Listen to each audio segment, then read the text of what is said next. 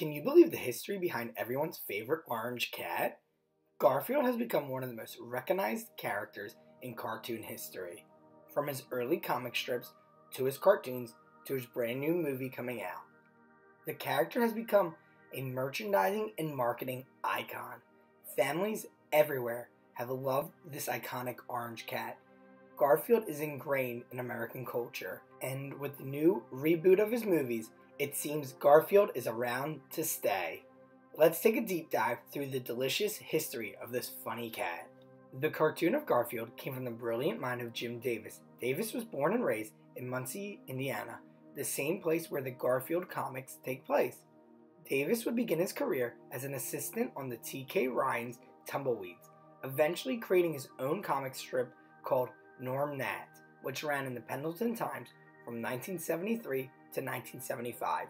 The cartoon that Davis had created was relatively successful, and he would look to syndicate it. However, he would be told that the humor in the comic needed work. Davis, however, established himself as a quality artist.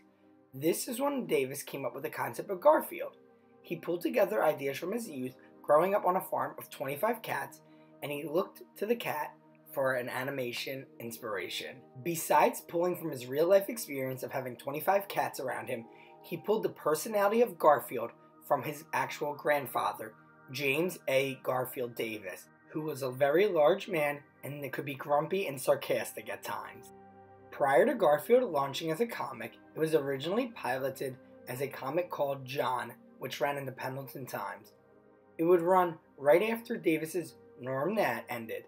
However, the comic was relatively unknown at that time and would run for about a year until it changed its name to Garfield. Davis's comic strip would launch as Garfield in the Pendleton Times on September 1st, 1977. Due to the early success of the Garfield character, the opportunity would come to become nationally syndicated. On June 19, 1978, the comic would debut in 41 newspapers across America. The comic would be very successful, with readers demanding that the comic section add Garfield. The Garfield character would go through some changes throughout the 70s, specifically to make Garfield more humanized, which would increase his popularity, and by the 1980s, Garfield was a hit in households all over America, with the character bringing in financial success through merchandise of $15 million. Because of the surprise merchandising hit that Garfield was, Davis had to incorporate another company to focus mainly on the merchandising and marketing aspects, which would be called Paws Inc. At this point, you may be asking yourself, how did Garfield become so popular throughout the 70s and 80s and into the 90s? Well, that's all because of the simplicity of the idea. Garfield was a fat, orange, tabby cat. He had the personality of a sarcastic, lazy, funny teenager. He was a glutton and he wanted to eat. He loved food, and Americans really idealized him. They understood the character and they loved his personality. Garfield, with a strong supporting cast of Odie and John, really appealed to people all over. But the main reason was that Garfield stayed out of politics and social issues. Instead, it was all about this fat cat living with his owner John and his dog friend or foe, Odie. This was not only the reason behind the success of the comic, but it was also the success of the way to merchandise and market Garfield.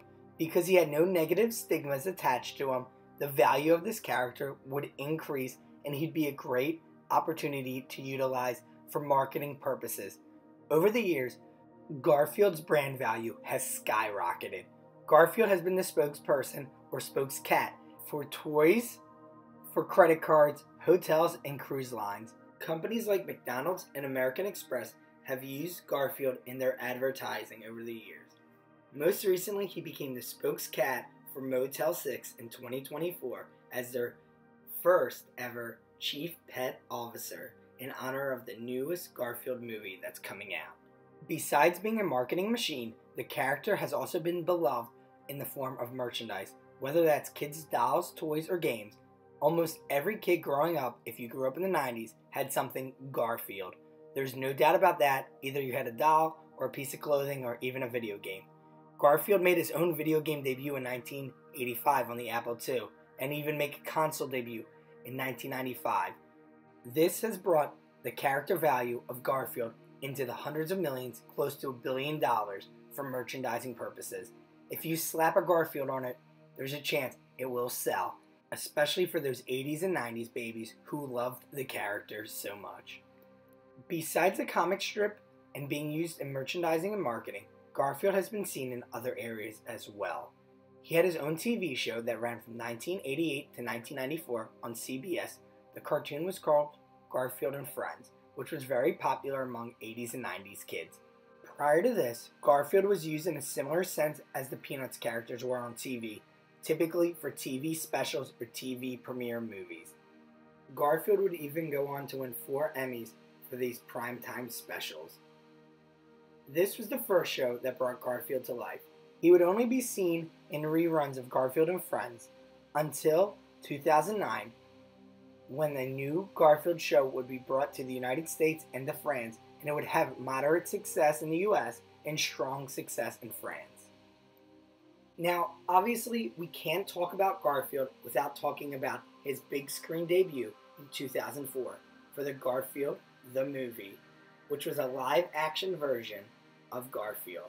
If you lived through the early 2000s, you most definitely remember the hype around this movie. The movie was directed by Peter Hewitt, and it starred Breckin Meyer, Jennifer Love Hewitt, and Bill Murray as the voice of Garfield. The movie was a marketing machine, as a CGI Garfield would appear in various different places. It had a budget of $50 million and would gross over $200 million in the box office. Paired with the revenue from merchandising and marketing, the power of Garfield was back. It brought more money into the pockets of Jim Davis and Fox. Overall, the movie did not have great reviews from critics, but kids loved the character and loved Garfield back in the big screen. Because of this, it would bring a sequel of Garfield in 2006 called Garfield: A Tale of Two Kitties, or Garfield 2 in some places. Once again, kids loved the film, and it wasn't a critical hit, but because of children demanding that their parents take them to the movies, it would gross over $140 million, and it would only cost around $60 million to make. Now, of course, we can't talk Garfield without talking about some of the strange things that Garfield's name has been attached to. Garfield Eats was a ghost restaurant or ghost kitchen that was in Dubai. The purpose of this restaurant was to feed people all of Garfield's favorites. Another odd thing that Garfield was attached to was called Garfield Live, an attempt to bring the character to the big stage and bring him around the US. It would open in Muncie, Indiana with the song Catitude and would have decent success in the US, but it would bring even more attention in Japan. Garfield would also find himself in theme parks, in Kennywood and Pittsburgh specifically. The character would be utilized for marketing and merchandising purposes and have his own ride called Garfield's Nightmare, which was originally a love tunnel. It was a 5-minute ride, and it would incorporate the Garfield characters. It was a dream of Jim Davis to always have his Garfield characters within a theme park, but by the time the 90s and early 2000s came around, the opportunity was scarce, with Six Flags having the contracts with Looney Tunes, Disney having their own characters, and Universal utilizing Hanna-Barbera. It didn't seem possible. But maybe one day we'll see Garfield in theme parks once again with this new movie that's coming out.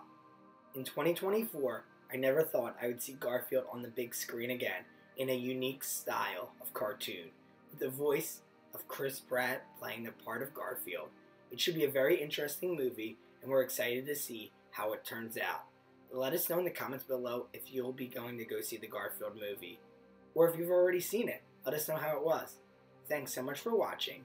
We appreciate all of you.